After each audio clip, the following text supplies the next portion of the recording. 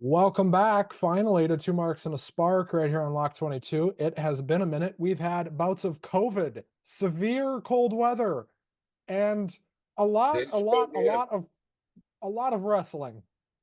Yeah, Just just a stupid amount. but I was snowed in and was sick, so I had nothing to do but watch TV. So guess what?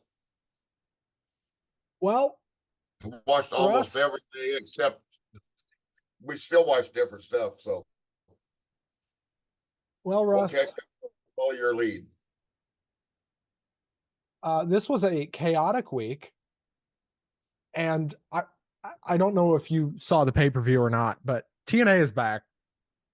Um, And they weren't messing around last week when they said that the old TNA is back.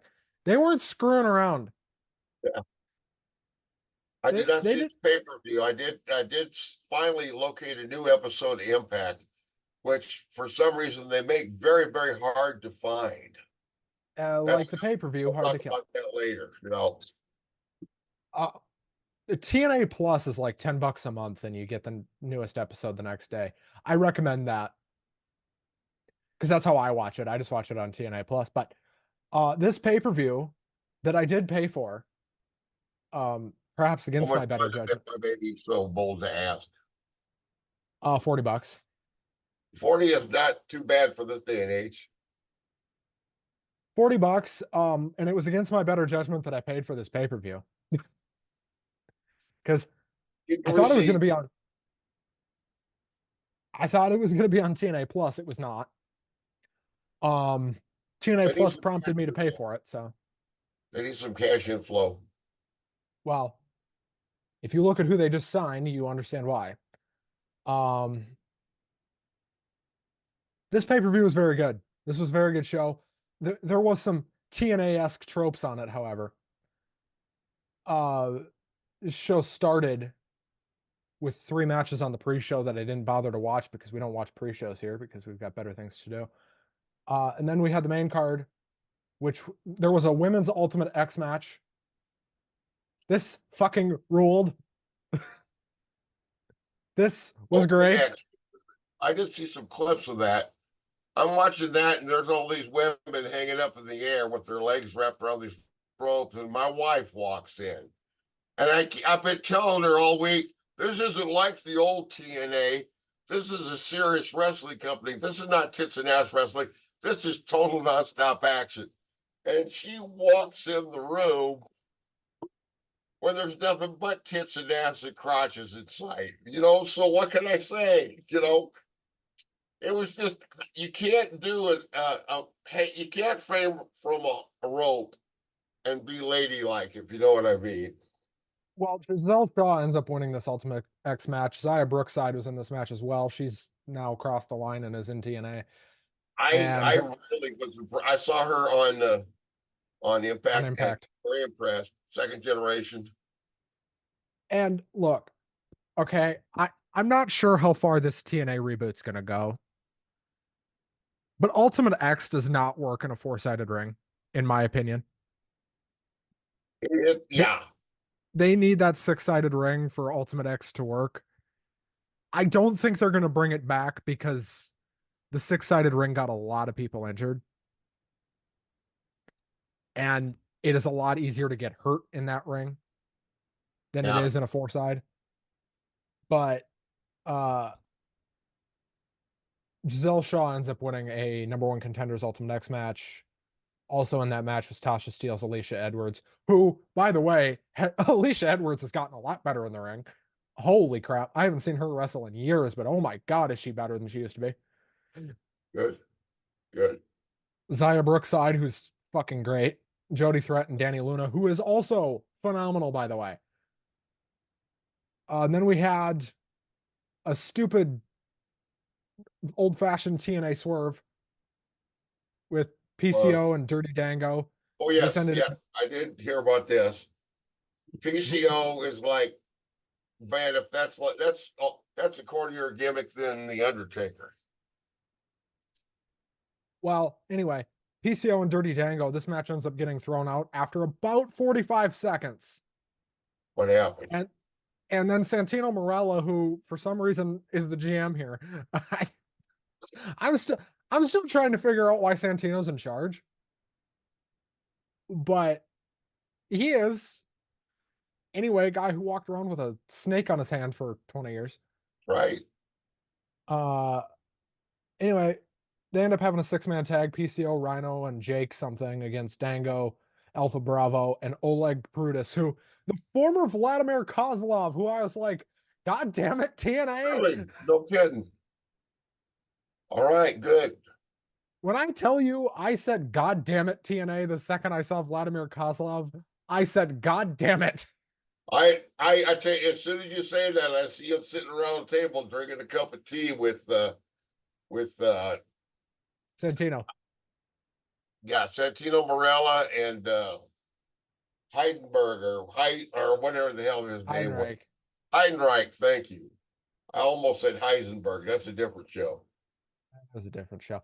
Anyway, this was not a good match. And really, it kind of felt like at this point, uh-oh, are we going into the this is going to go down as one of the worst shows of all time territory? It did not do that.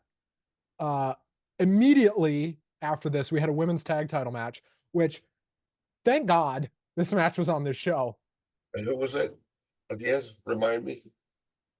It was Decay with a returning Havoc and Rosemary, who have been out of the company for Yes. a long time at this point. Right. They brought them both back, which Rosemary's a great worker and Havoc can go. So Right. Havoc's not. An old friend of mine used to watch the old TNA. We used to call them them Gothic girls. They were pretty good. Again, Rosemary's great and does her gimmick just about as well as anybody could. And Havoc, as much as she's the sidekick there, she can work. I mean, Rosemary's definitely the better of the two, which is why she's had the knockouts belt. But anyway, Decay retake the knockout women's or the knockouts tag titles. Um, DK. That's a hell of a name. I'd love to see what kind of music they listen to. I probably like some of it. uh, I made a point here. MK Ultra are very over. Uh, that being Masha Slamovich and Killer Kelly. I'm not sure taking the belts off them to put it right back on two people who haven't been in the company for 3 years was a great idea. But like, I get it.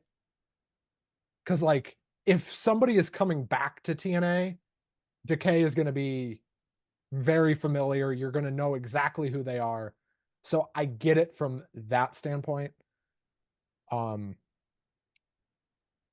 and then we had a X Division three-way Vikingo who's more over in fucking TNA than he ever has been in AEW. Yes. Yep. Saw him on Impact too. Really good. Really good to see him. Kushida and Chris Sabin. Vikingo, there's never been a doubt about that guy's talent, but he can't get over in AEW to save his life. I mean, but he's over in TNA. Don't know how that happened. Different crowd, for me, you know how I've learned to appreciate wrestlers like him. And you're the one that told me how good he was because being an old wrestling fan, I'm biased against Lucha and all this, it's just a different style of storytelling, the Lucha style. And once I just like shift gears in my expectations, I'm thinking like, wow, this guy is really good. So go ahead. So Sabin, Kushida, and Vikingo. In terms of a three-way, this might be the best one I've seen this year. This was fucking great. Chris Sabin rules. Yeah, I, always like I him. I don't know how else to say it. Chris Sabin fucking rules. Uh, well, anyway, they have this awesome three-way. Kushida and Vikingo end up losing here, but they do it looking really good. All three guys in this match look like stars. And Sabin retains the X Division title. Keep in mind, walking into this, Motor City Machine Guns had both the X Division and World title. That didn't last, but we'll get there. And then we had a match that I don't know how they pulled this off. I don't know how they got this on this card. I don't know how Alex Hammerstone agreed to work this show, but whatever you paid him, TNA, do it again. Josh Alexander and Alex Hammerstone. Yes. If it wasn't for the fact that Danielson and Okada just wrestled at the Tokyo Dome, Right. this probably would have been match of the month. Like, that's how good this was. And I know Alexander and Ospreay had a fucking incredible match on Impact. But this was like, these two beat the shit out of each other for 15 minutes. And this was great. And Alexander gets the win, presumably because Hammerstone is not signed to TNA and Alexander is like borderline the face of the company. Right. So you're not beating your top babyface with a guy who's there for a one-shot deal. Right. You're not doing it. So Well, you've already convinced me I want to watch the show, but you see, I don't want to. I'm old school. I don't want to pay for the streaming price to watch it again. I wish it was the old days where I could order a DVD or a videotape. um anyway, Go then we ahead. had the World Tag Title four-way, another just kick-ass tag match. I don't know what fucking I don't know who booked this show. I assume it was Scott D'Amore, who, by the way, underrated as a booker.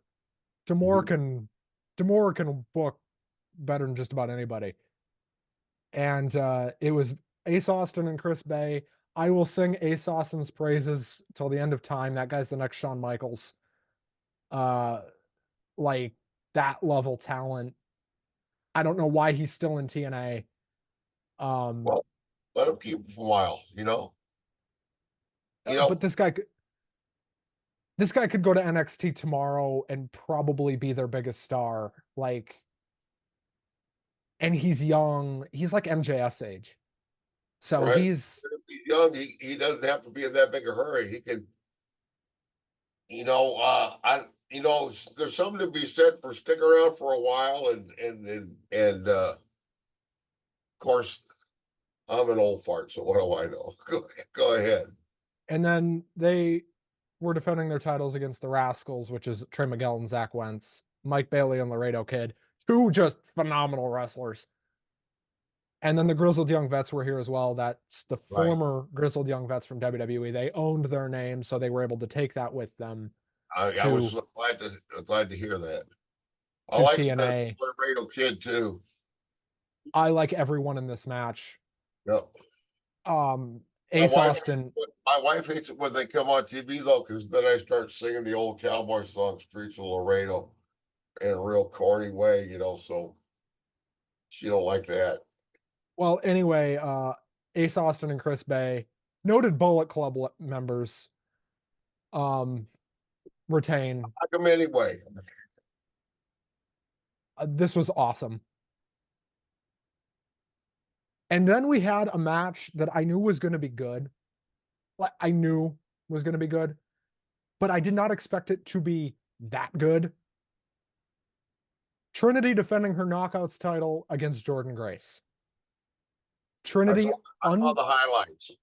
unbeaten in TNA coming into this show, unbeaten in Impact, had that title for a long time. Probably gonna go back to WWE. That's what I hear. But if this is how she's going back to WWE, what a way to go out. Good. If I remember correctly, she is married to one of the Uso brothers. Yes, she is. So what a way to go back to WWE if this is how you're gonna do it. That's good. Um, if this was her last night in TNA, that was a hell of a way to go out. That's good. I hope they are able to get her back in WWE. Well, rumor is she's going to be there Saturday. So, Okay, well, and better than the other horsewoman that's not showed up yet. The high price uh, one. yeah, the one that wants Charlotte Flair money. That's Uh, right.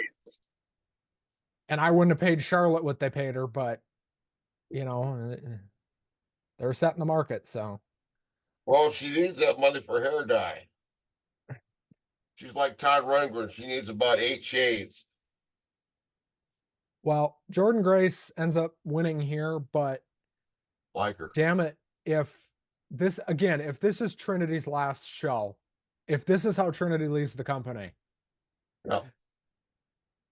She's gotten so much better since she left the WWE a couple years ago. I think it, she went but right to however you TNA. what's that? She went right to TNA when her Right. non-compete It's expired. benefited her, you know? And people will shit on TNA and will say, "Oh, it's minor league. Oh, it's an indie fed." No, it's not. No, it's not. It's like we used to have WWF, WCW, NWA, and AWA was the main ones on TV in this part of the country. TNA is kind of like the smaller of the three at this point. You know, they used to be a lot bigger, but they're sort of like the AWA in a way. Right. And they sold out the Palms in Las Vegas. I mean, for Well, there this you go. show and the very next day for the TV taping, they sold it out again. That's right. So, and I know they were selling bundle tickets for Hard to Kill in the TV taping, but that makes sense. If you're going to run the same building 2 days in a row, you might as well sell a ticket bundle for it. Right. AEW does the same thing when they're going to be running the same building. So, Right. And it sounds like AEW is going to be a little bit smarter about the venues they book, you know. Um, they're going to have to. well, the long story short, you read the news. The guy that was in charge of that either quit or was let go, and they got somebody else.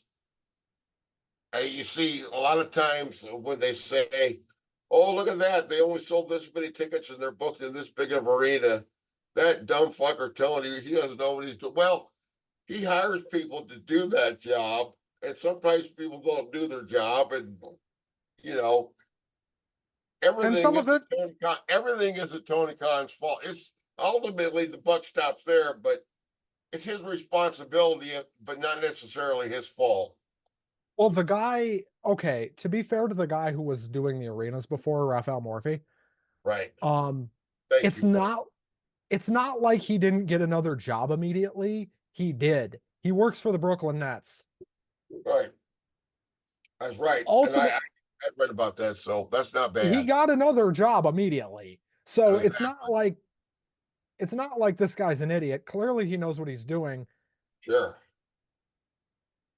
The guy works for the Brooklyn Nets. For a lot of Okay. reasons, there's a lot of reasons why last year AEW didn't sell as many tickets to live venues. A lot of reasons. So much went on that was beyond his control or anyone's control, you know.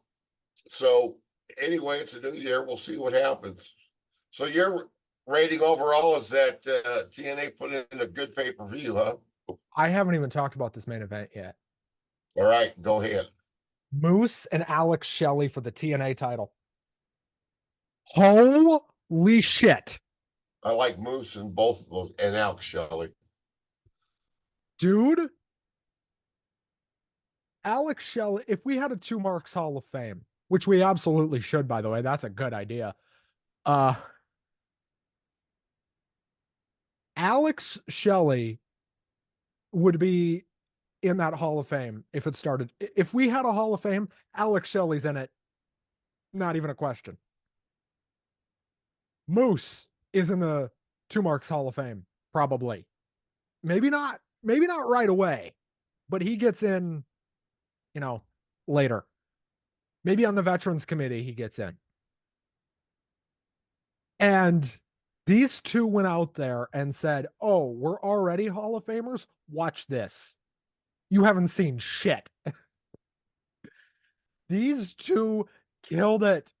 I mean, holy hell. And Moose wins the TNA title, which makes all the sense in the world here.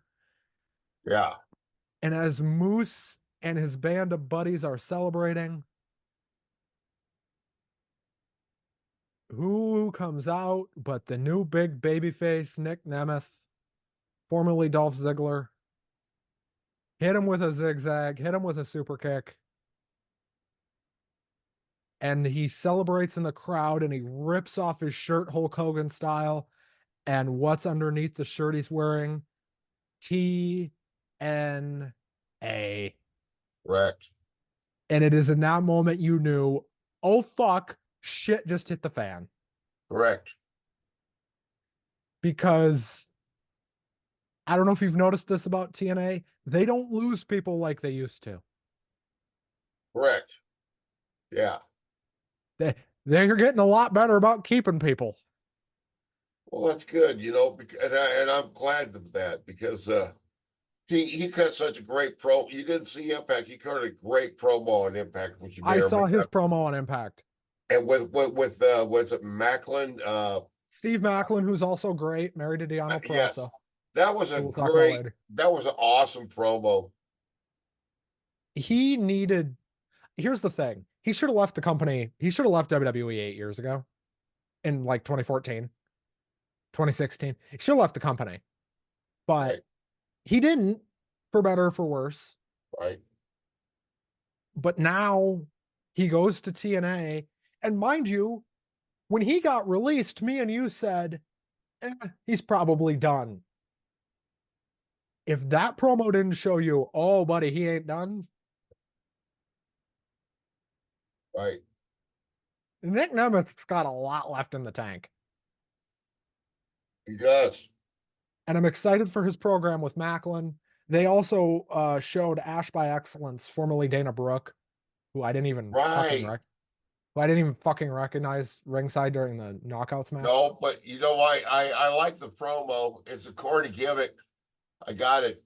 I mean, it's like they're trying to satirize the like fragrance ads and this kind of stuff the same way that Tony Storm was satirized on the old Hollywood films. We'll see how she is in the ring. We never got a chance to see her really shine in the ring. They didn't give her a lot of opponents to work with in WWE. She hung around there a long time. Now, I understand she doesn't come from a wrestling background before WWE, but she was like a gymnast or something. Oh, oh, yeah. I thought, Um, I always thought that she might be able to pull something off, and I hope that they're able to use her well here. I wish her well. I know she was not successful, and I didn't always enjoy what she did in the ring, but yet she's got something. She does have something. I'm not sure what it is, but I'm going to keep my eye on her. No, I don't mean it that way. Now, come on. I am getting a production note. Just so everybody knows, if the show looks a little different right now, Damon, who normally edits these shows, on the road right now, so we are a little bit cut back in terms of production values, but the show's the same. That's right. But overall, hard to kill. If you want serious professional wrestling journalism, you're watching the wrong show. We're just two marks in a spark, and that's all we are. Yep, pretty much. Overall, aside from the PCO stuff and the Dango stuff and that 6-man tag that I fucking hated Right, because I thought it was awful. right. And for some reason, PCO's a babyface, and I can't figure out why. Hard to Right. kill. If they were trying to bring back the old TNA fan, any old TNA fan that watched Hard to Kill Right. is like, dude, I'm in. They are sold on this TNA thing. And Scott D'Amore, I don't know if you saw it because he did it after the show, but it was on YouTube. Scott D'Amore, after the Impact tapings, cut this Cliff. fucking awesome promo. Yes. And it wasn't even really a promo. It was kind of a hoorah speech. Right. And It reminded me of the old clip of Paul Heyman, I think probably in his parents' basement or wherever, or before his show in the locker room, talking to about how we're ECW and we're gonna make our fucking mark and all this. It reminded me a little bit of that. He was like, we're back. And I like Scott D'Amore. I mean, he's like me. He looks like a punch, but he's got a lot of heart and integrity as far as the sport of pro wrestling. And I know a lot of people in TNA that would run through a fucking wall for him, that love him. I mean, Josh Alexander, like that guy is a talent, could go just about anywhere and be the guy. But he's in TNA. Ace Austin, another one who could fucking go wherever he wants and be a big star. He's in TNA. And yes, does TNA handicap your ceiling just because their TV deal sucks and this, that, and the third? Yeah, but here's the thing. The company that owns TNA, Anthem, has a Anthem. lot of money. Anthem has a lot of money. They could go. Deep pockets are important in pro wrestling, especially if you want to be on TV. I know they're on Access right now, but I'm just telling you, once that Access deal is up, and I don't know when that is, I don't have it I in don't front of me. know. Access is all right. They got a couple other good shows. I feel like 2025, 2026, something like that. I won't be surprised. I think Access might be owned by Anthem as well as Mark Cuban. But if they leave Access and can go to a something on the level of the CW, obviously they can't go to the CW because, well, WWE is going to be there next this year. So, CW has a lot less subscribers, is what you're saying. It's available less places, or the other places that just pay more. I know they have a lot of wrestling on that show on that excuse me on that channel. well, they're getting NXT. The CW got NXT, so they're not going to go after TNA. Okay, But something on that level, could a Bally Sports, who just got $100 million investment from Amazon, say, you know what, we're going to take a gamble. TNA used to be on this network anyway. Could they take a gamble and say, Bally Sports, the former HD Net, could they right. take a gamble and say, we're going to bring TNA back? Could something like that, could they go to ESPN and say, look, we don't even need to be on TV. Put us on your app. Right. Now, I don't think they're going to do that because UFC and WWE are owned by the same people. But could they go to a Fox Sports 1? You sound like a conspiracy buff giving us those facts. All of these companies are owned by a small handful of conglomerate of companies, and they're going to take over pro wrestling. It's like the cabal. It's like a conspiracy between Vince McMahon and Jim Cornette to take over wrestling. But they could go to a Fox Sports 1 once WWE leaves Fox. Sure. They, they can they can go to a bigger network because they got the name value now. Yes, they do. Nick Nemeth will sell, and if they can get a bigger TV deal, they're going to be able to get whoever they want Yeah, I hope they're able to. because they don't need a Brock Lesnar. They don't need a John Cena. They don't need one of these big time guys to do their thing. I mean, it's not Dixie Carter running this company anymore. Correct. It's What not. if someday they will write a book about the survival of TNA, and it will rival like the books about the death of WCW, but like the opposite story of how they, I It mean, died and then it didn't. it was almost completely dead. You thought that they had a stake driven clear through its heart, and then at the last minute, it just rose up from the grave, you know? I really hope the Hardys go back there for a one-off because they That did a would be lot. that would be the best place for them to finish. It really would. It's too late for AEW. Uh, talk about a squandered opportunity. I got a great idea. I'm going to book my own show. I'm going to take one of the top three or four or five tag teams in the history of pro wrestling, highest ratings, so And I'm going to over. put them on the And, undercard. and when they come back for the last run, my God, I'm going to put them on Rampage Friday night at a quarter to 10 p.m. Central up against Evil Uno and some dork nobody ever heard of. I don't know if it was that bad. It was almost that bad. What a squandered opportunity. So I do want to get to our Royal Rumble predictions because we're going to start our prediction shows now where we're going to have our point system. And probably every 3 months or something, we'll tally up the points, and whoever loses has to watch some awful, godforsaken TV show. All right, I'll make you watch Heroes of Wrestling. If you do that to me, well. So these first 3 months of these prediction shows, it's going to be Rumble, Chamber, Revolution, and then Mania. We'll tally up the points from there, and you get the point. I'll explain that more later. As long as you don't promise not to take advantage of my dementia and confuse me.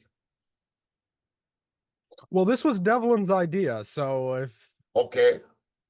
you know, Well, remember, I was referred to as the demented circus monkey at one point in our history. you still are the demented circus monkey. That Right. gimmick isn't That's dead. not an original line. That's stolen from Doug Heffernan on King of Queens. Kevin You think James. Kevin James. you think anybody Not else the got over not with the their own shit? not the Kevin James, the porno actor from the early '80s. Kevin James, the comedian. Don't confuse them. Their work is very, very different. Oh, for sure. Let's talk about this Raw show a little bit. Yeah. Which one? I'm not gonna Last Monday? Yeah, I'm not gonna go blow by blow here, just because we've got a lot to get to, and we're almost an hour in. Well, that's okay. I'm not in a hurry. Cody Rhodes and Drew McIntyre kicked this show off, Yeah. talking about they were in Little Rock, and Cody comes out and he started talking about the song Little Rock by Colin Ray. I popped. That popped me. I enjoyed that. Yep. I was like, yes, please. Cody, you can talk about this song all you want because that's a great fucking song. Anyway, he gets cut off by Drew McIntyre. They allude to their tag team known as the Dashing Ones. And well, this was a great promo. They Yep. went back and forth. They built up tension for the Rumble. I really enjoyed this. You bet.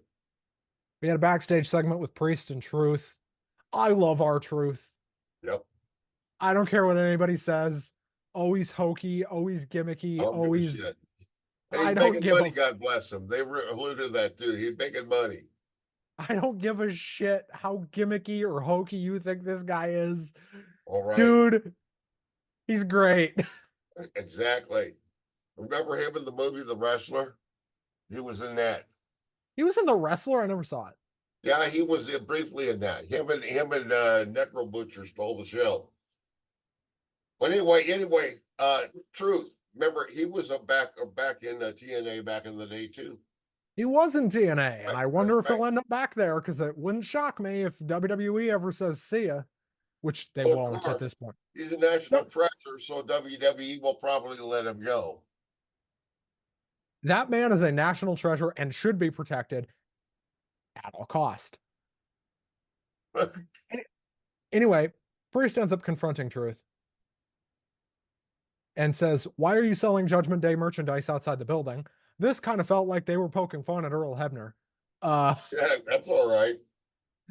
And then Truth hands Priest a wad of cash and says, Has "This is anybody yours." gone to a concert and bought bootleg shirts in the parking lot? Raise your hand. And yes, they do. They are cheap and they wear out fast. Don't buy them. It's a ripoff. So Truth is like, "Here's your cut," and Priest is like, "What are you talking about?" Right. So he basically bribes Priest. Yeah, I like this. This was great. Then we had DIY against Dominic and JD. Good match. Nothing Yes. special here. DIY is still pretty solid. Noise entertaining, They're great. They're just not used properly. I saw Johnny Gargano at Des Moines Comic Con the year before last, but I didn't actually go up to him and greet him and shake his hand because I didn't have $40. I'll pay $40 to see Kevin Nash or Sean Waltman, but I won't pay $40 to see Johnny Gargano yet. Sorry. I would, but that's me because I'm a mark. Anyway, well, DIY gets the win. Bunch of backstage stalling with Chelsea and Piper. Oh, Chelsea. I like Chelsea. Never mind. She distracted me. Love Chelsea. And I like Piper too. I love them Let's be both. let's be honest. Chelsea would be great as the women's champion. Yes, she would. She makes quite It her will. entrance. I like her entrance the best too. Like I said, she looks like that very, very fashionable commandant female that's going to come down and whip your ass with a riding crop and then bitch about it. I'm sorry.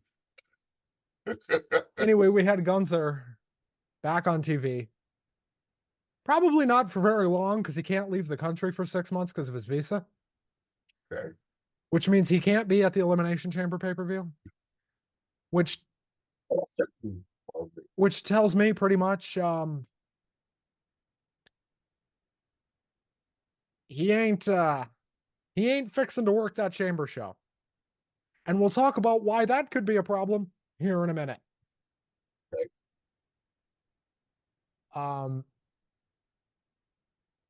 This all ends in Rhodes versus Kaiser being made immediately, and that ends in a DQ after Woods just loses his mind.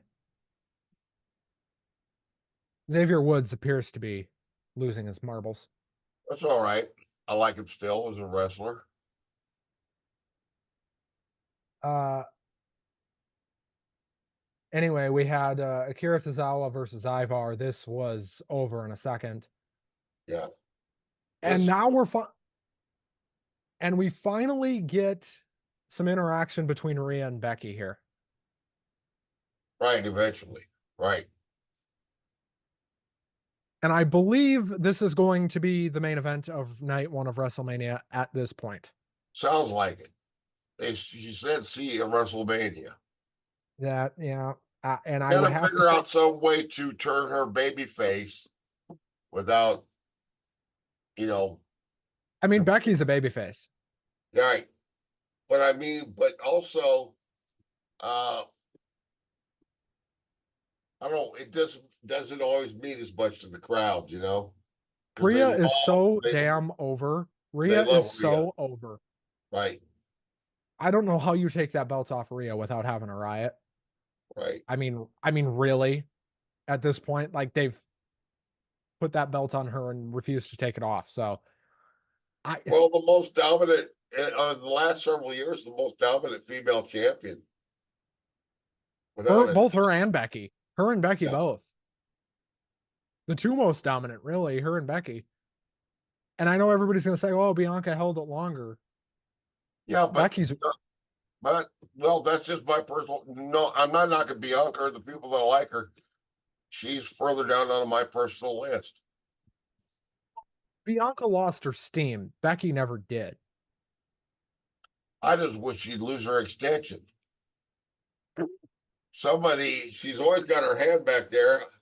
I would just love for somebody to go rogue and that was going to get fired anyway and just snatch that son of a bitch right off her head.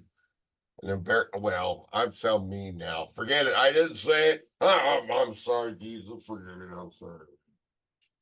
Anyway, let's skip to the main event of the show because the rest of the stuff was stupid. Except for Shayna Baszler and Zoe Stark against Tegan Nox and Natalia. That was fine. Exactly. I love Shayna and Tegan. Anyway, I mean Shayna and Zoe. Zoe. Thank you. And Tegan's great too. Anyway, so The main event of this show was Seth Rollins versus Jinder Mahal, much to Tony Khan's behest. Well, whatever. That's all.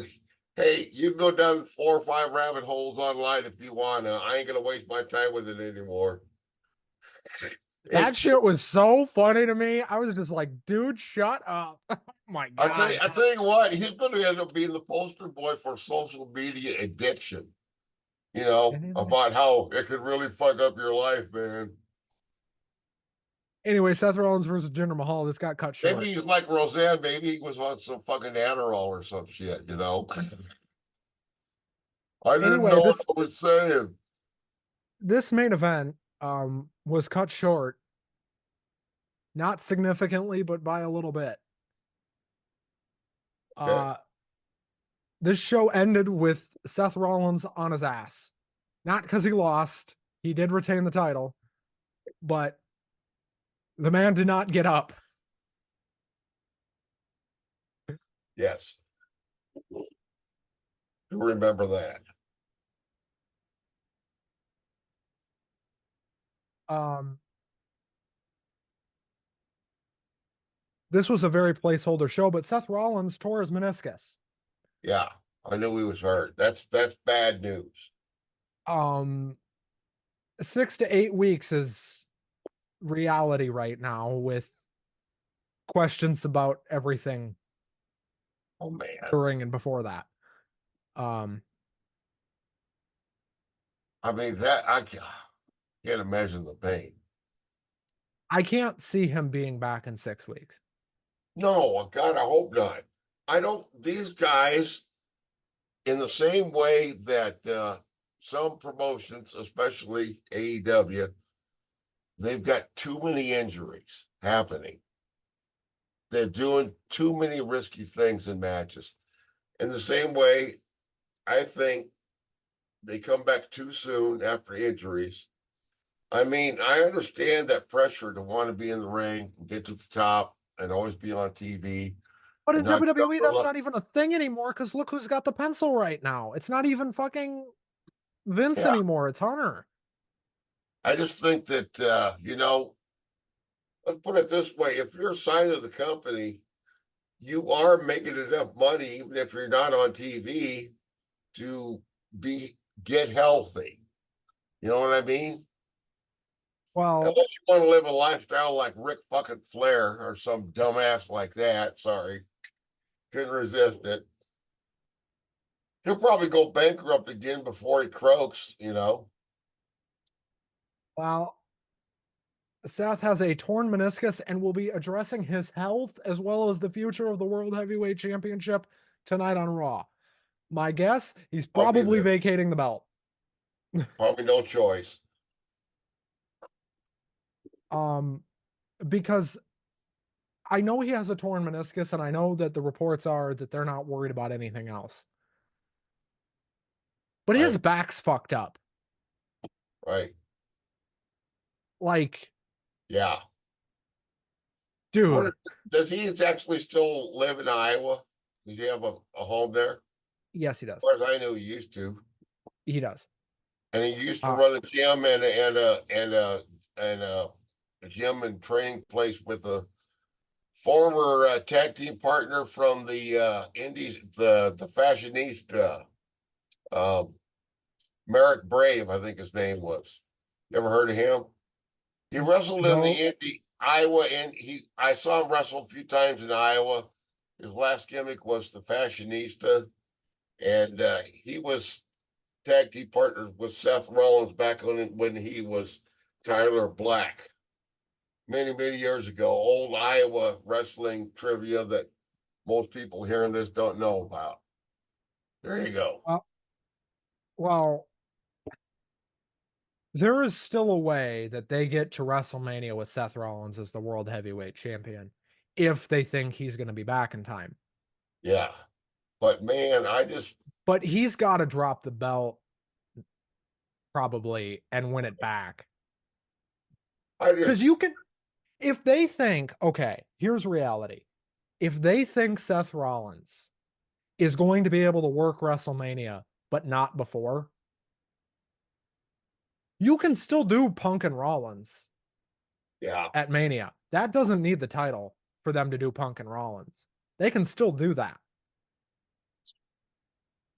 But it really sounds like, and my guess would be, what they're going to do is vacate the World Heavyweight title, and the Rumble is going to end up being for the World Heavyweight title. That would be my guess right now. Oh, That's what I thought of that. Have you heard rumors, or is that just your idea? I've heard rumors. I heard Solomon Monster talk about it. Oh, I that guy, like the that's right. Solo Monster. I like the idea. Um, Solo Monster. That is Solo Monster? Solomon Monster because his name's I Jason thought, Solomon. okay, I thought it was Solo Monster. You know, like the kind of sex he has, solo. Anyway, uh, just really burying everybody tonight. Uh, I thought I think that's a good idea because they've done it twice already. They've done that gimmick twice. And Yeah. everybody's going to say, oh, but it's a week before the Rumble. They can't change it now. Do you have any idea how many times this company's changed shit on the last? Yeah, why not? What do you mean they can't change? It's pro wrestling. Oh, but what about WrestleMania plans? Hey, we're used to, by this point, we're used to things changing at the last minute before the show. I mean, for crying out loud, I used to watch frickin' Nitro and Thunder. You used Where to have nothing, you used to things being literally booked on the fly. yeah. So my guess would be that, or they're going to do some sort of tournament again, or they'll do something at the chamber. You could just do the chamber for the vacant world heavyweight title. Right, They could do that. right. I I, think they should have a tournament, a 1 day tournament, and it should be like a real tough man, old school tournament, like the old style wrestling. And this is going to be broadcast live from Bird Yanya's barn in the middle of February when the wind chill's about 14 below zero, no in heating bum inside. in Yeah, bumfuck Minnesota. yeah, you know, and they won't be able to broadcast it because the camera lenses will frost up too much. I don't think they'll do that, but Right. I've seen crazier. I've also seen that, so there's that. Okay. Um, Dynamite. Not Yes. going to talk too much about this show because, well, frankly, not a whole lot happened here. Yeah, there were some good matches though. There were some entertaining matches. The show started with Christian Cage versus Dustin Rhodes. This was really fucking good for the TNT title. Yes, it was. I like the push they're giving Dustin. I like it. I really do. He can work. I'm glad they're giving him a chance to shine a little bit. I don't mean win or win titles, but show he's still got it. Then we had Orange Cassidy and Trent Beretta against Penta and Commander. This Yeah. wasn't very long. No, thank God. Shouldn't have been either. I mean, when you have Orange Cassidy and Trent Beretta in the ring, you're looking at a problem, but you know, Well, it's just for me a lack of charisma right there. I mean, Orange has charisma. That's not his issue. It's It could be yours worse though. It could be Orange Cassidy and Chuck Taylor. yeah, don't give him ideas. Anyway, Right. Anyway, Tony Khan probably watches this show. Uh, we seem like his type of show. right. Um, we had Renee Paquette backstage with the Hanger, and Renee knows what she's doing. Renee is great. Hangman sucks. Uh, Oh, I don't know. Yeah, we've talked about it a million times. Nothing new to say. Not, anyway, I he don't talks about personally hate the man. I'm not going to cheer for him. I'm he going to talks cheer about for, wanting I'm going to cheer for somebody to defeat him in the middle of the ring every time. he talks about wanting his world title back. which Please, please I, no. he didn't say it, but he made it sound like he never lost the thing, which he did. Yeah, Clean in the middle of the ring to a yeah, guy who isn't there anymore. right. He sure did. And then we I'm had sorry. I used to like him before he came to AEW, but to me, ever since he showed up in AEW, he turned into a putz. the celebration of life for Jay Briscoe. That was good. Liked it. This did not last long enough, in my opinion. No, it didn't. This was given about 4 minutes of TV time, if that. Right. Um, Footnote, please. Let me put in a footnote. Uh, it's been a year. Anyone curious? Uh, I'm not sure currently, but the funeral service for uh, for Mark Briscoe was for actually Jay. posted. I'm sorry, Yeah, pardon me, for Jay. It was posted. Um, it's about 2 hours long, at least, maybe longer. If any of you could fast forward if you don't dig the subculture, it's like a little southern kind of a Pentecostal church, and everybody's there to celebrate and testify. And you actually get to hear Caprice Coleman actually do a little preaching. And the guy's not just a wrestler. And I don't care if you're religious or not. It's just a little interesting glimpse into like one subculture in the wrestling world. A lot of wrestlers. and if It's you worth knew looking up if you want to find it. It's on YouTube, and it's a lot of fun. And it, also Jay gets up, and I'm sorry, Mark gets up, and he uh, he talks about his own brother, at his and funeral. So if you watch this thing when they shoot the crowd a couple of times, it's wrestlers all over the place. I mean, right, Adam Cole, Britt Baker, um, yep, bunch of WWE guys were there. Bray Wyatt was there. yep, Like this guy was really well respected and really well liked right, everywhere. Xavier Woods was there. right. And And like for those of you that are down with that kind of religion, it's some pretty good preaching, I think. You know, and the music court, whether you like the preaching or not, when it comes to the Pentecostal church, they have the best music, as far as I'm concerned, far and away. So there you and go. Caprice Coleman, like you said, was awesome in that thing. And it was a real shame Caprice was not on this show. Yeah, Ian Riccaboni Ian Riccaboni was on this show, which was like a real pleasant surprise. I was like, it's God always good to damn. see him. Yeah, always good. I was like, God damn, we're stepping it up. Okay. And again, this show was not nearly enough about Jay Briscoe. Yeah, but it was Um, pretty good what we got. and Mark should have probably wrestled on this show and didn't. So, and maybe he didn't want to, Right. which if he didn't want to, okay, it's fine. He doesn't But owe us anything. if Mark was good to go and wanted to wrestle on this show, I'm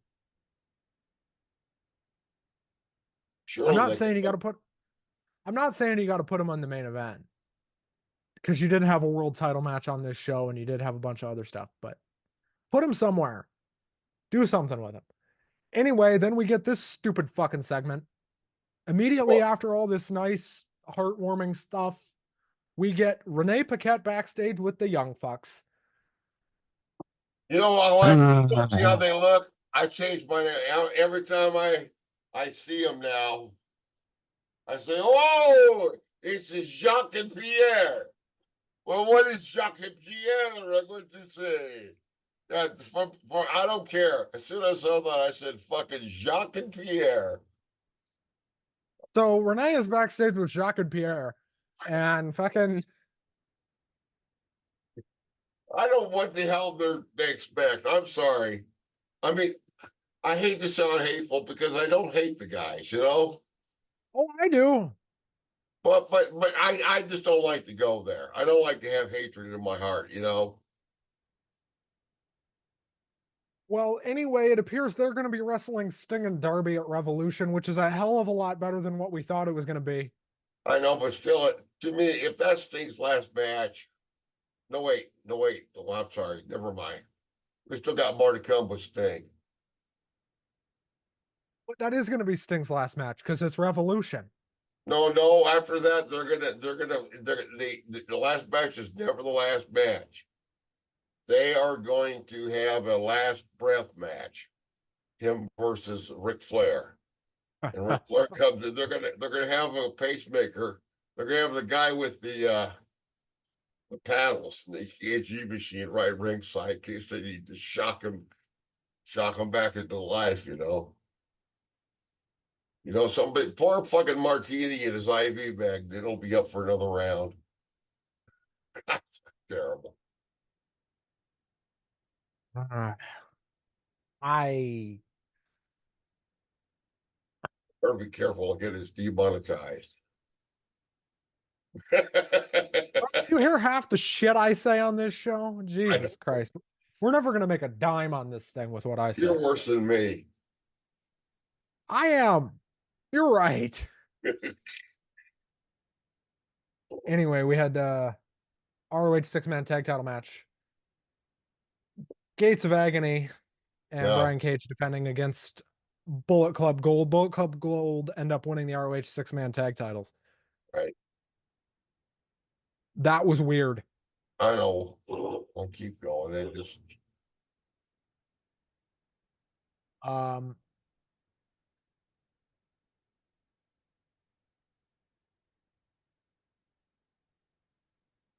what else did I forget? God, this whole show was kind of all over the place.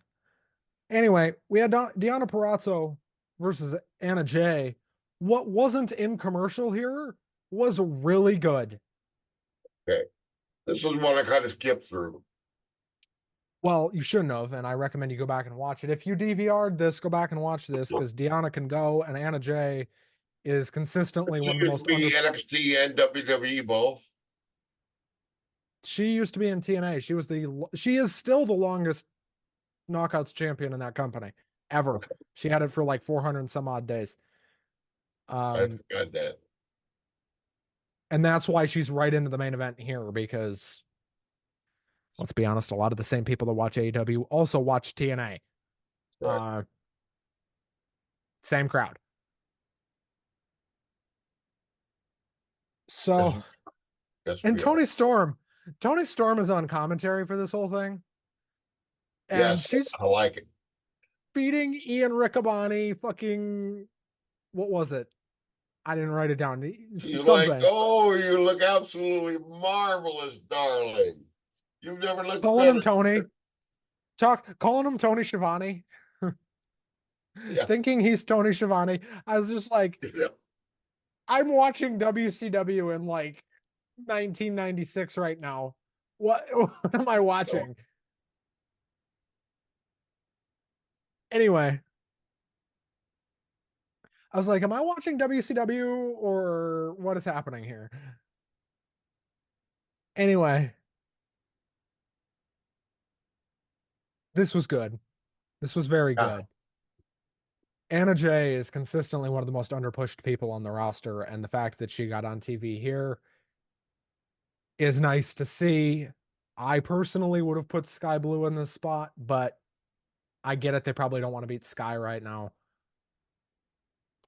Um,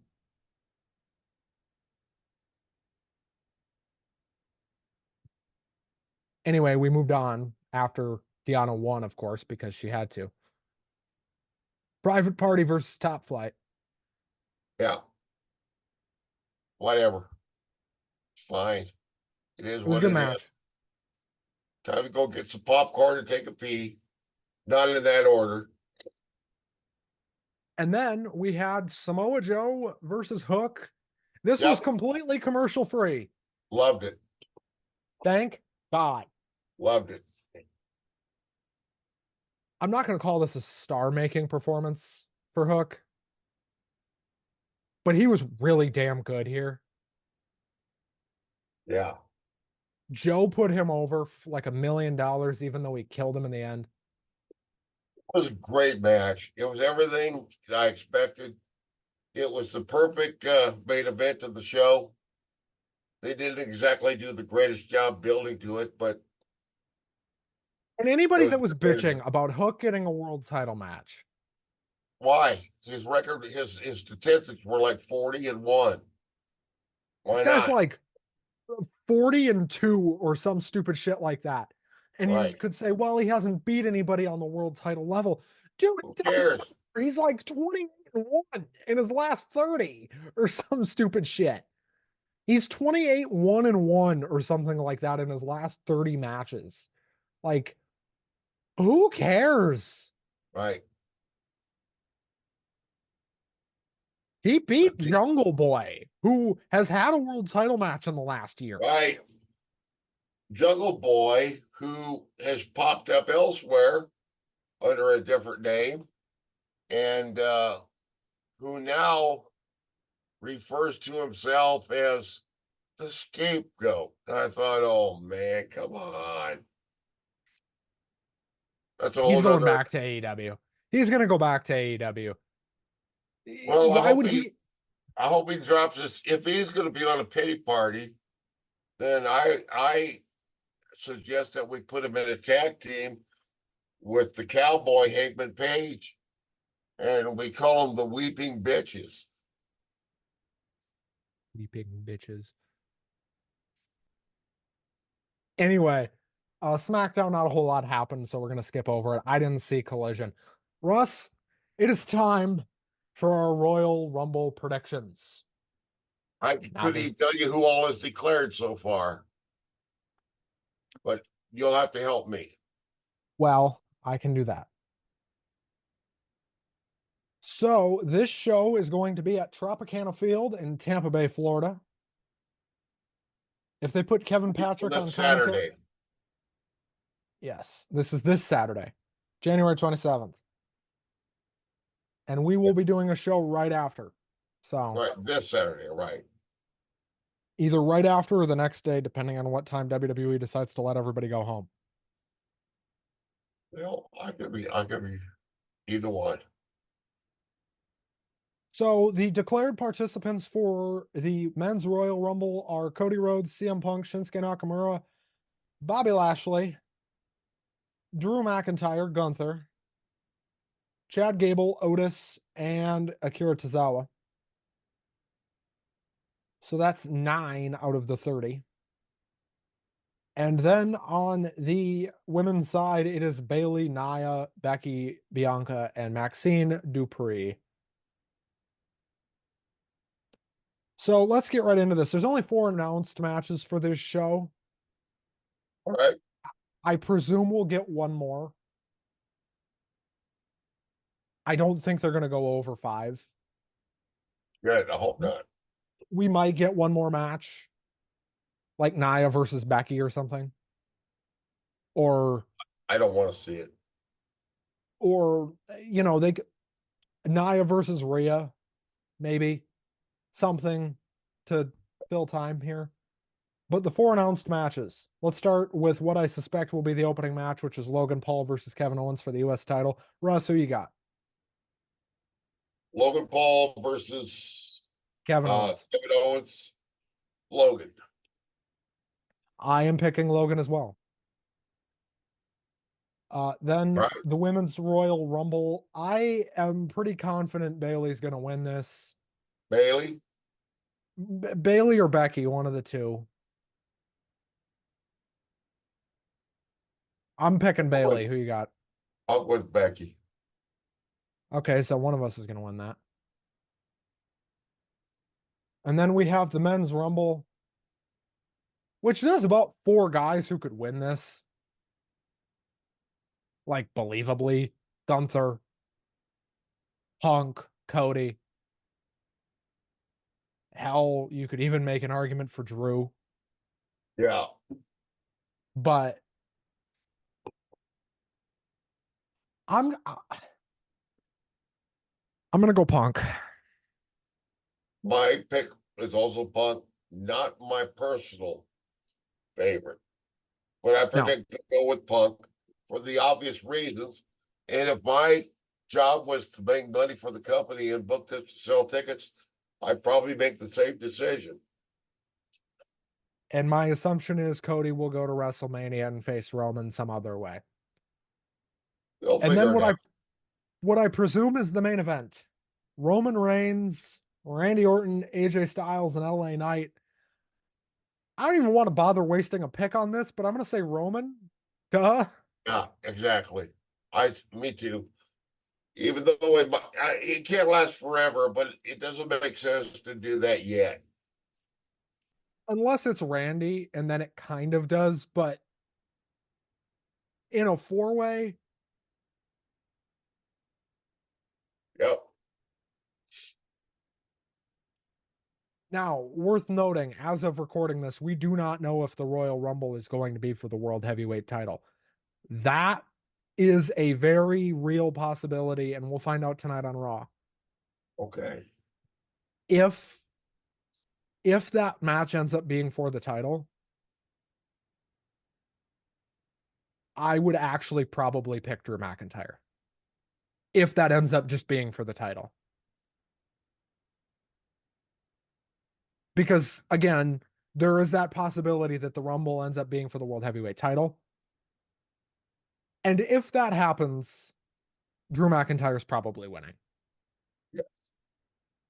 Because then what you can do is if Seth can't make it to Mania, you do Drew versus Punk. Yeah, that would work. And Punk will win. And Punk will win. Right. Now, Russ, here on Two Marks and a Spark, we like to have a little fun, don't we? Yes, don't it? Huh? I would like to read you an article. It came out in the last couple weeks. This coming from PW Insider. Okay. Would you like to hear this article? Sure. What's the This headline? is this is real. The headline: Man files lawsuit against WWE and AEW. Says Bullet Club members stole his plans.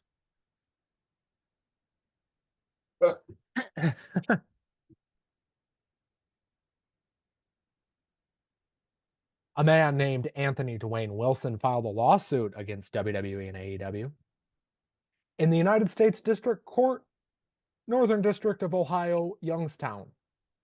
Wilson is accusing each company of plagiarism, market damages, personal damages, and financial damages. Now, this originally stemmed from PW Insider, but is being aggregated by WrestlingHeadlines.com. I'm actually going to find a different version of this. I want to find the actual. Here's the actual PW Insider.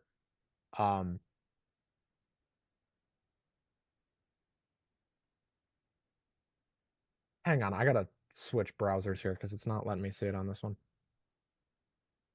Russ, are you still there? Yes. Okay, good, because everything disappeared on me for a second. All right. Oh, let's go here. One moment.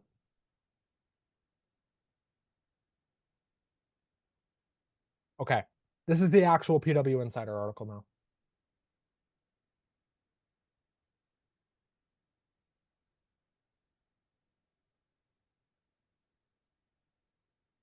Uh,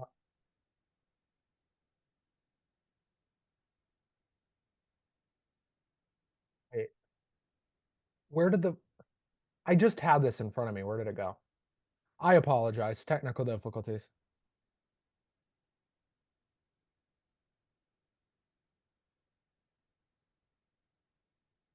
Here it is from 411 Mania. This originally again is just aggregated, but a plagiarism lawsuit against WWE and AEW has been refiled. Anthony Dwayne Wilson has filed this twice. Oh, wow. Filed suit against both companies back in August alleging they committed plagiarism, market damages, product damages, personal damage, and financial damages.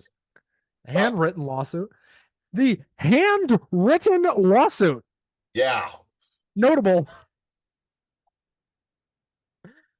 was dismissed in November after neither AEW nor WWE were served with the suit within 90 days, though it was dismissed without prejudice, which meant it could be refiled. PW Insider reports that the lawsuit was refiled on January 20th and is essentially identical to the original lawsuit.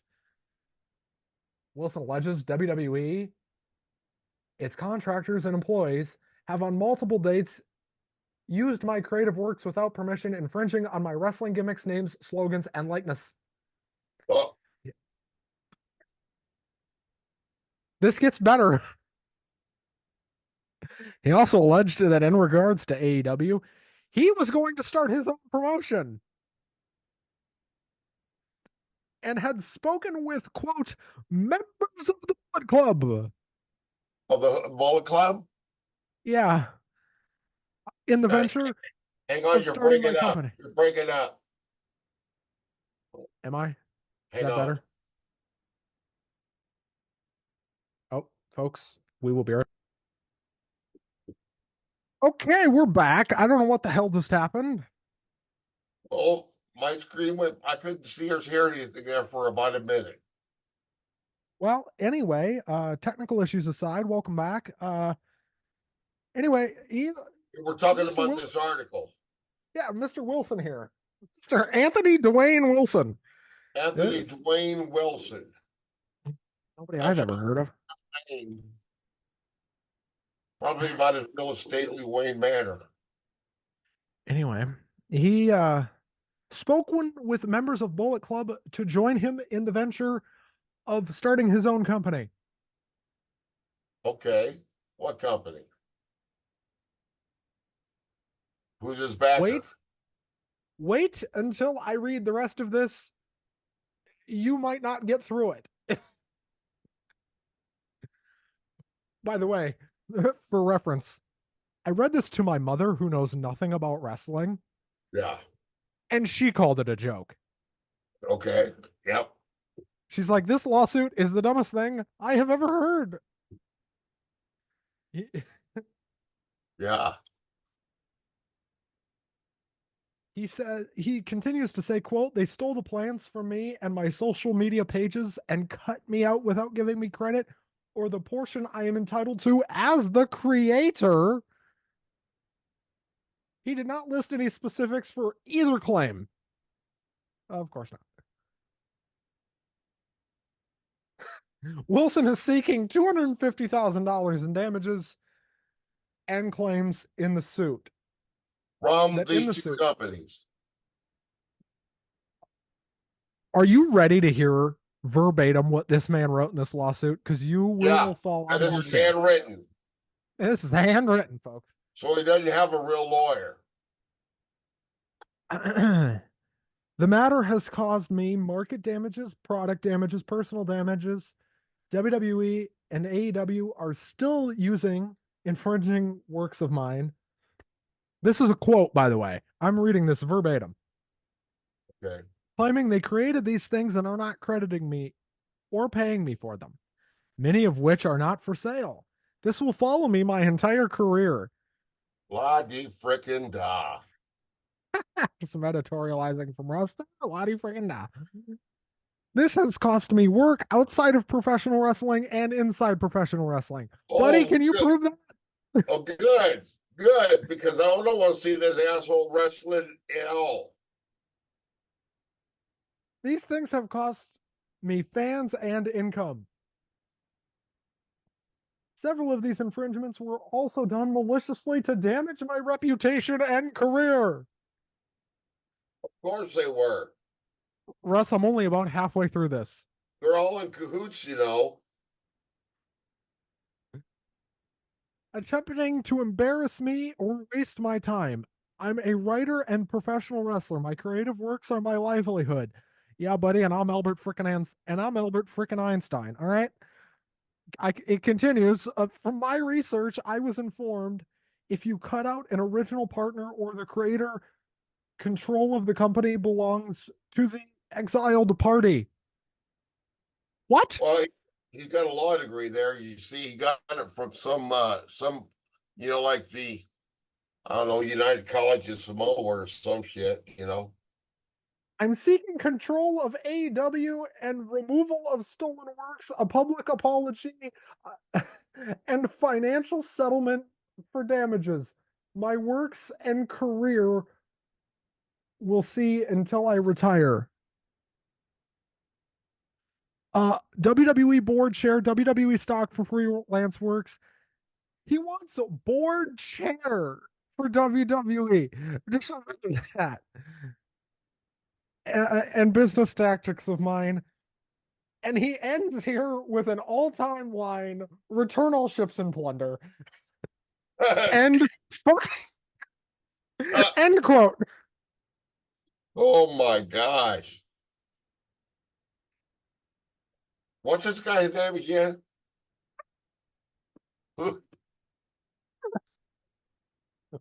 Anthony Dwayne Wilson. Listen, Anthony buddy. Wayne Wilson. Listen, buddy. I don't know, dude. By the way, I want to state, I don't know what social media he posted this stuff on, but I looked on Twitter, I Yeah, looked on Reddit, I looked on Facebook, I looked on pretty much every social media you can find. he ain't around. It ain't there. Nobody ever heard of him. Nobody ever heard of him. I'm not even sure he's real. Anyway, Russ, your Yes, thoughts, sir. please. What's that? Your thoughts, please, About that guy? about this whole thing. Your Well, thoughts? I think that, it's either a hoax, which is all right, it's funny. But if he means it, then I would, and I'm serious about this, he should consider getting some mental health counseling. It's possible that he has a little bit of a paranoid, pardon my coughing, paranoid, delusional mindset there that people are out to get him. It's, I played pretend too. Gee, if I was a wrestling promoter, gee, this is the kind of company I would promote, and I book all these things in my mind. And it always ends with a title match in Vern Gagne's barn in the middle of February. But I think he's more delusional than I could ever dream of being, and I've actually got a diagnosable mental illness. Well, anyway, that's your wrestling fucking joke of the week right there. There you Um, go. I, I wanted to read that on the air for a lot of reasons. One, I thought it was funny. Right, right. Well, I had Two, a news story. A news story. No, I'm sorry. Go ahead. two, I I just I just really like the comedy of the whole thing. right. Well, I also I can't remember the name of the company. I didn't write it down. It doesn't matter because I don't want to give them promotion. You could probably find it. Social media, a promotion announced. I think they're in Florida. Small promotion. It's going to be men's only pro wrestling. In other words, Oh, in the ring, only male competitors, no oh yeah. female. And I said, well, perhaps maybe they're old school enough that they're tying into a certain demographic. It's like amateur wrestling where you have the males separated from the females. I'm Uncle Russ. I always try to give the benefit of the doubt to everybody's intentions. And so I get about halfway through the article, they say, well, no, but there will be a female presence on our show. Why? We're going to revive the concept of the Nitro Girls and the co-host that's going to be giving commentary. Why, she was Miss Wet Willie's wet T-shirt contest back in like 1999. And I'm thinking, I hope, please don't reenact it now. Please don't, you know, I don't want to see any basset hounds, let alone puppies. But I thought to myself, yeah,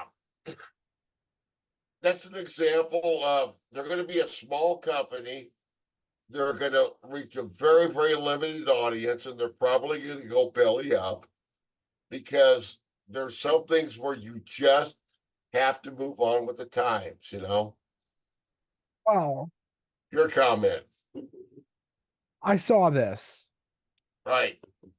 and I don't know this, but I heard they might already be belly up. Not for lack of money, not for lack of anything, other than the fact that I don't think anybody wants to work for them. Right. Well, I think so too. And I think promotions in general have still got a little ways to go with the women's division. One thing I'll say about NXT, anybody that knows me knows that Uncle Russ is not approved. I'm a dirty old man, and I probably will be till the day I'm a dead old man. But especially with NXT, I see so much TNA and crotches and so much flesh. To me, I'm from the generation. If you got garter straps, you move from the stage into the boudoir. You see, it's hard for me to not think sexual thoughts. If that's a gimmick, it can be done well. But especially when I watch shows like TNA, it's like, especially in a battle royale, there's too much flesh. It's a distraction from the talent. And God, I don't want to be sounding like a hysterical prude because God knows I'm not. If anybody Listen to knows this I'm show not, if you think he is. Listen to this show for yeah, eight but it's minutes. just that you know, you all, most of you, not all of you, and some can pull it off. Most of you look relatively the same. Most of you sound and the way you talk and the way you act out your little skits and you do your so-called promos relatively the same. However, all of you do not wrestle in the ring on anywhere near the same level. Find a way to differentiate yourself from the pack. And it may not be by just showing more flesh all the time. And I know NXT has a certain demographic, and maybe what they're doing is making money. I just think women's wrestling still sometimes sabotages itself in not looking like they want to be taken seriously. Now I'm off my soapbox. Your reaction.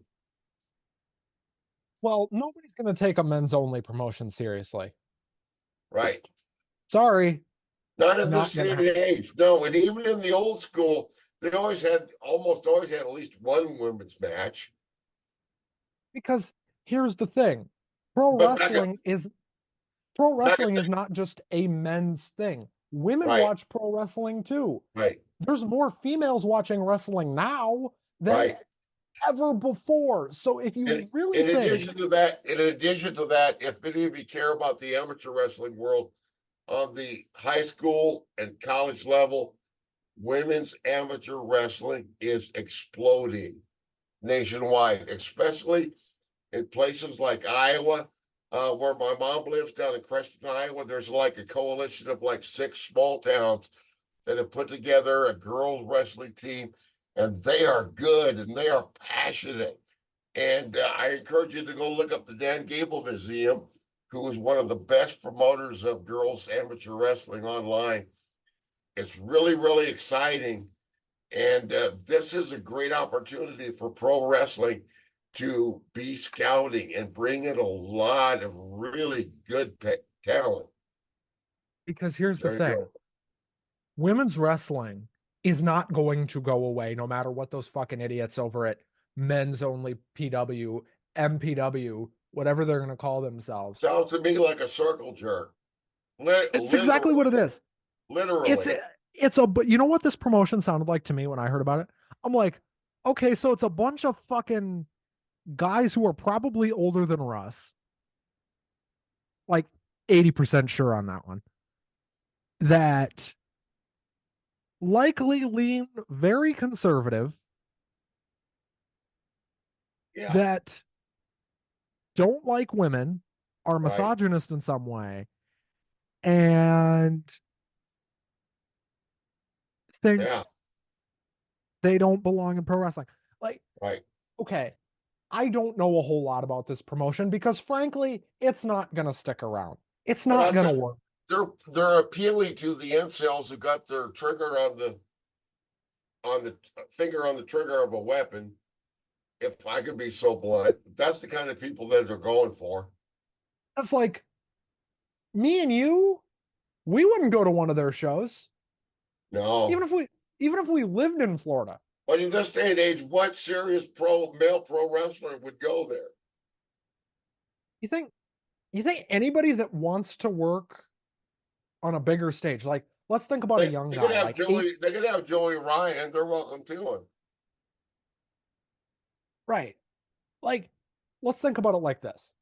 If you're a young 19, 20, 21-year-old wrestler who just kind of got broke in, whatever, you're not going to go to that promotion because it's going to be a fucking shit stain on Right. your resume for the rest of your life. Yeah, and now nothing goes away. And dude, I'm telling you, there are plenty of great independent promotions out there. A lot of them. Right. Fucking, you know, Deadlock on the East Coast, which runs Florida too. They run mostly the Carolinas, but they run Florida too. Deadlock. Fucking, if you want to go further north up there in the East, the, what's that name of the promotion? Trade a Pro. Right. Like, which has a relationship with Deadlock. Like, House of Glory. You could name promotions on the East Coast probably that are A, probably better funded because I don't imagine these guys got a lot of money, and B, going to be way better for your reputation. Create a Pro, Deadlock, Right. fucking House of Glory, whatever promotion, Warrior Wrestling, even. Yes. Well, there's even the smaller ones. I don't know about the Dakotas. I can tell you that in Iowa, probably before COVID, at one time there was not all at exactly the same time, but there was a decade there where there were about 14 different, very small independent promotions that actually put on shows in some parts of Iowa. I mean, we brought in stars as big as like Molly Holly and James Storm, and had regulars like Rory Fox, who a lot of people probably remember as the paper boy. If you don't remember him getting his ass completely destroyed by Umaga and a few others. But these companies are starting to come back. North of here, Fort Dodge, Iowa, relatively, it's a larger small town, but these places are doing shows. And if you have the means to get there, I highly recommend that you go to independent wrestling shows, show up face to face. You can usually shake hands with the wrestlers and talk to them. You can buy merch. It's a very, very laid back atmosphere. Look at By First all Wrestling. means, Look at go. First Wrestling, who are running out of Minneapolis. Yeah, I haven't They been. I heard about him. they are on the larger side for an indie fed. Right. They don't have TV or anything. I don't think they want TV because they're running like Fargo, Minneapolis. They'll run Iowa, like they've run Des Moines. But like they're run really, really well. And first of all, to get into business with First Avenue, which they are, Yeah. you got to be run pretty stinking well. Right. You cannot be some little dumb fuck promotion and get in business with First Avenue because they won't. They won't have it. I mean, you know how big First Avenue is up in Minneapolis. Like, they don't fuck around. They're run well. That whole company's run really well. You have any Eric, idea how often do they do shows in Minneapolis? well, I know they do their big monthly specials at First Avenue. Okay. Um, but they'll run Minneapolis, they'll run Des Moines every once in a while. They like to run Fargo a lot. All right. Um, and they sell out First Avenue. Like they don't have a problem doing it. What are the names of some of the regional stars that most people would know that you can think of? Darren Corbin is on there, no relation to Baron. I know Darren Corbin. I've seen him in Des Moines many times. Great worker. Yes, and a very, very nice gentleman. Eric I'll never Cannon. forget. Here's a memory of Darren Corbin at a small independent show in late winter at the Adele, Iowa fairgrounds in a building that didn't even have any heat. Here we're all crowded in here.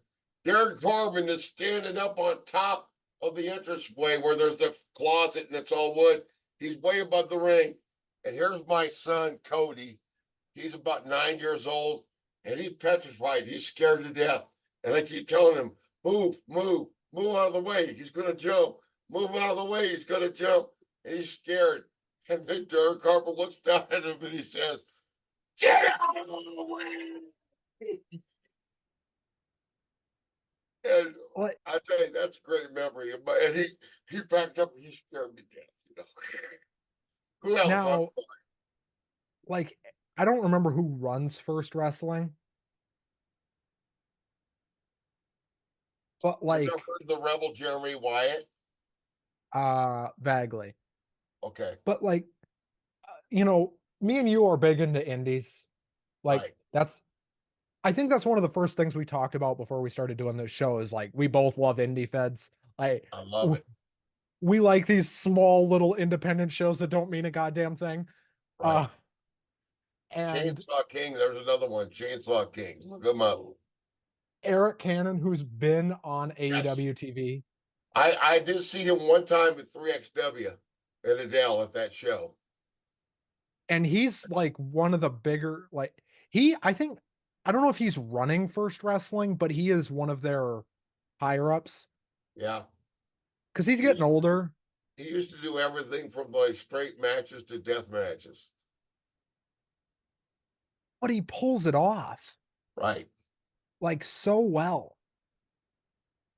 And he runs most of the Midwest. And like, there's this people say the indies are dying. No, they're not. No, they're not. They're coming back. COVID almost killed them. Right. But like, don't if you're a young wrestler and you happen to be watching this show, don't go work men's only fucking hoopla. No. Jesus Christ. Right. First Wrestling's tagline is literally war for everyone. And Minneapolis did their Pride event last year. Right. And First Wrestling did a show like off to like on the same block they were doing the Pride Parade. Cool. Like they That's very, very good to hear. like I, they I don't. go ahead. And Orange Cassidy has worked First Wrestling too. Well, props to him then. He's another guy who in my opinion, he's my favorite wrestler as far as working ability, whose gimmick has never gotten over with me personally, and probably, to be honest, never will. But yet the guy can go. As far as the representation, I appreciate it, and AEW is way ahead of most of them in doing that. It's good. I have so many LGBTQ plus people in my family. I've got transgender daughter, married gay son, transgender granddaughter, uh, lesbian cousins. I mean, I've got everything from atheists to Jews to Muslims to Baptists, you name it. We got black people, Chinese people, Korean people. We're a very, very mixed clan, this Wishman clan. So there you go. I like And that in we're my wrestling too. we're getting out on our soapbox here talking about this men's only pro wrestling. I'm gonna shut the fuck up about it because it's just gonna piss people off. But But see, I don't care. I know I'm woke. I'm like I'm part of the problem. I'm the enemy. I'm a commie. I'm a lib. we're just a couple of libs. Anyway, we're gonna get out of here. Thank you guys so much for putting up with us for the Right. last almost 2 hours. If you've watched this whole show, you're fucking crazy. Right. But it's been too Um, long. Russ, good to be back, brother. Good to We're gonna be have our back. 1 year. We're gonna have our 1 year special Saturday. All Um, right. That's what we'll do. And we'll have to drink a toast or something. we'll probably do something special for it. I don't know yet. Yeah. Um, but 1 year of doing this show, Russ. I don't know about you, but I kind of want to do another one. Yeah. It's fun. I'm learning. I'm learning. But and we're coming up on 1 year, so I guess I can talk about this. Like me and Russ didn't know if this show was gonna work. Like we really didn't. Like we Right. didn't know if we were gonna be good. I Like don't know if we are. we didn't know each other before we started doing this. That's a misconception. I had people asking me like, "Did you know Russ before you started doing this show?" No. And I said, "Yeah," for about 5 minutes. I talked I'm to him the for about an hour. I'm the real life uncle of the producer of this program and the top guy at Lock 22 Productions. And And I've been at it's Lock, a and I family connection. I just mentioned off the cuff one time, gee, I always thought it'd be interesting to do a wrestling podcast and talk about wrestling. He says, well, I know a guy that used to do that. Next thing I know, about 2 weeks later, we're doing it. And I'm like, what the fuck is going on? yeah, I vividly remember like it. It doesn't feel like that long ago that we had that Zoom meeting, and I shit you not, 5 days before we did our first show together, Damon, the producer of this show, pulls us into a Zoom meeting. And mind you, I've been with Lock 22 by this point for a long time, probably almost a year and a half by the time we started this. And I never Mhm. even heard your name. Right. So I was just like, okay, let's see how this goes. And I'm such an advocate for even if you don't think an idea is going to work, take the meeting because even if you don't think something's going to work out, take the meeting. Because what's the worst thing that's going to happen? You waste an hour of your time taking the meeting and hearing somebody out. There you go.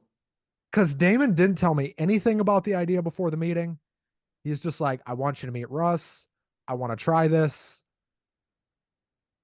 Don't know if it's going to work, but, Right. we'll see. And here we are almost a year later. Yeah, we've missed some shows Yes, we because, have. Part of that's because because, I'm an old fart and then, I'm not 100% reliable. I might even be dead by tomorrow. You never know. well, we'll do a hell of a tribute show for you, brother. Well, I'll tell you what, you better, or I'll come back and I'll haunt your ass. Maybe I'll book Jeremy Wyatt on your tribute show. Fuck it. Right. There you go. That'd be all right. The Rebel, Jeremy Wyatt. Book Darren Corbin and Jeremy Wyatt on the Uncle Russ tribute show. Right. There you go. Fucking have him have a match. How old is Jeremy Wyatt now? He can't be. I have no idea, but I'll never forget. If you look on 3XW on YouTube, if they still haven't posted their 10th anniversary show, there I am with the son and the son-in-law right in the front row watching the world's fittest wrestler, uh, Mark Sterling versus the Rebel Jeremy Wyatt in a dog strap match in a small venue, in a low budget venue where the table that they had to use was actually about halfway busted already, but it's all they had. And they made do with it. And this is where the front row is close enough where you're risking getting hurt, and I love it. I'll never forget it. Indie wrestling rules. Well, Jeremy Wyatt is still wrestling, so he would be an option on the Uncle Russ tribute show. All Uh, right. Well, there you go. which will be shot, of course, where else but Vern Gagne's barn. When I croak, probably some serial killer will sneak into my house in the middle of the night and decapitate me and put my head on a pole in his front yard, to keep And away the proselytizers and the burglars. we'll do Jeremy Wyatt versus Darren Corbin in a dog strap match in fucking Vern Gagne's barn. In February. Of course, we'll do. Well, my birthday's in February. Maybe we just do it on my birthday, What day? the 21st. Really? Well, I have a son whose birthday is the 22nd. So, Well, all right. here's what we'll do. We'll run it as a 2-day special out of Vern Gagne's barn on February 21st and 20th with the Actually, fucking there you headliner. go. With That'll the be fucking perfect. headliner. All right. Sounds good. Pull in fucking all these indie guys that you mention all the time. There you go. We'll probably go broke doing it. We'll probably never run another show again, but We'll do a fundraiser. hey, at least we'll provide water for the wrestlers. There you go. At the very Because, least. because that's the minimum you should be doing if you're a wrestling promoter. Anyway, this show's over now. Everybody have a great week. We'll see you Bye-bye. Saturday. Yep. Thank you so Saturday night. much. Damon, play my fucking music. Let's get out of here.